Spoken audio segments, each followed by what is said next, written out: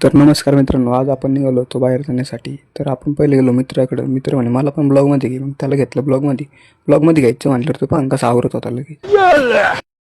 मग आपण आलो रेल्वे स्टेशनवर. आपल्याला जायचं होतं पुण्याला. तर मग आपण पहिलं निघालो तिकीट घेण्यासाठी. इथं हा रेल्वे स्टेशनचा मॅप बघितला आणि इथं तिकीट घेऊन आपण निघालो आता पुढं. मग आलो आपण इथं आतमध्ये स्टेशनवर. इथं रेल्वे तर काय नव्हती बरं का. मग आपल्याला पलीकडून जायचं होतं. मग आपण पलीकडून जाण्यासाठी निघालो पुढं. आपल्याला हा एवढा मोठा जिना पार करून पलीकडे जायचं होतं बरं का. मग आपण हा जिना पार करून निघालो इकडं पुढं आल्यावर मग आपण थोडा वेळ बसलो. यांचं जिथं जावं ते चालू होतं लगेच. बोलो भैरूजी महाराज की जय हो. मग आपण रेल्वेची वाट बघतच होतो. तेवढ्यात मग आपल्याला हे दिसले पोलीस काका. ते त्या लोकांना सांगत होते पुढं आले तर मार खाशान. सगळ्यांना त्यांनी त्या लाईनीच्या बाहेर थांबवलं होतं. रेल्वेची वाट बघत होतो तेवढ्यात रेल्वे आली बरं का. मग रेल्वेमध्ये आपण बसलो आणि आता निघालो पुढं. तर आपण बसलो होतो या येड्या लोकांजवळ.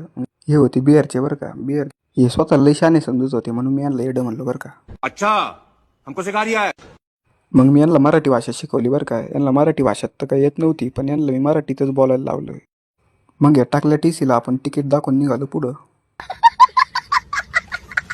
3 तास लय बोर होत होतं बरं का. म्हणून थोड्या वेळ गाणे ऐकले, थोड्या वेळ बसलो. मग त्या बिहाऱ्यांना थोडं डोकं लावलं आणि आता निघालो आपण पुढं. तेवढ्यात आपल्याला भेटले खुलेआम सोनं विकणारे माणसं. मग नगर स्टेशनला बाय करून आपण निघालो पुढं लय भारी भारी नजारे होते बरं का.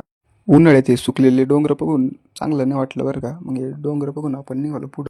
मग आपल्याला डोकं लावायला भेटले दुसरे 2 मुलं. यांच्यात भांडणं लावून देऊन मस्त भांडणं बघत बसलो. लय बडबड करत होते. तर मग आता करा क्या म्हणलं बात है भांडण. सर, क्या बात है सर, क्या बात, ये बात है. तर पूर्ण 3 तासानंतर आपण पोहोचलो होतो पुण्यामध्ये. मग आपण इथं उतरलो. इथं तर काय मला सुधरत नव्हतं भाऊ. गर्दी होती इथं. मग आपला भाऊ आला आपल्याला घ्यायला. त्याच्यासोबत आपण निघालो आता पुढं.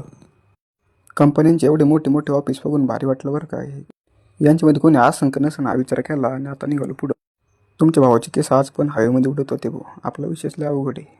भैया मग पहिले टेम्पोल केलं ओव्हरटेक करून निघालो आपण पुढं. 1 नंबर वाटल्यावर केलं ओव्हरटेक करून लय पुढं पळत होता. ही मेट्रो लाईन एवढं वर कावर बांधली असं हा विचार केला आणि आता आपण निघालो पुढं.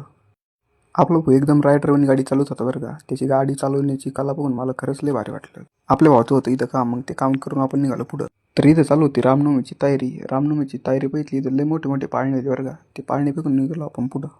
आपलं काम तर झालं होतं इथलं. मग आपलं काम करून आपण निघालो आता घरी जाण्यासाठी पुढं. एकदा आपलं काम झालं का भाऊ आपण त्या जागेवर थांबत नाही. मग आपलं काम झाल्यावर आपण निघालो आता घरी जाण्यासाठी पुढं. मस्त झोपून घेतलं आणि डायरेक्ट घरी आल्यावरच उठलो भाऊ.